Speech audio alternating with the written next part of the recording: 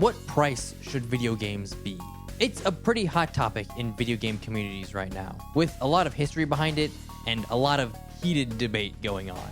On one hand, video games have been $60 since the beginning of video games.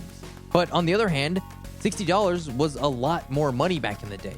But also, people had a lot more spending money back then, and these days, money is a lot tighter for a lot of people. It's really complicated. But if one thing's for sure, it's that as the industry has grown larger and larger, $60 has become less and less viable for bigger games. And these days, most AAA games are $70. And while this makes sense at a glance, if you think about it, not every game is worth $70. In fact, I'd say most of them aren't. I'm sure it's priced off of budget and dev time, but a lot of these games offer very little new content. Yearly releases like 2K, Madden, and Call of Duty, or even some serious stinkers like Skull and Bones, are still priced at $70 because big companies want their games to look big. And a $70 price tag is a big game by industry standards. And this is where indie games once again pull ahead compared to the AAA market.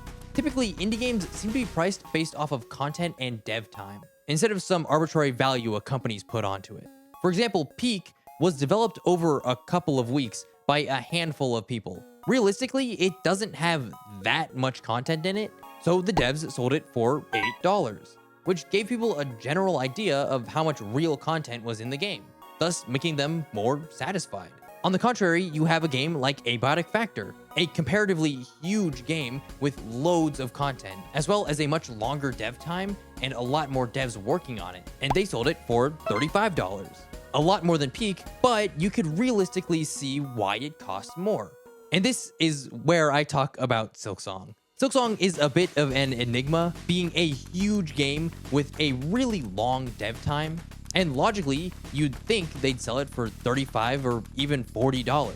Hell, they could have probably sold it for $50. But Team Cherry definitely knew what they had, and knew that no matter what they sold it at, it was gonna make back its money. So they had a choice: sell it at a high price for as much profit as possible, or sell it for a low price and keep fans happy. And, well, we already know what they chose. So, how much should video games cost? Well, it's complicated. But no matter what, I think we can all agree that no game should be $80.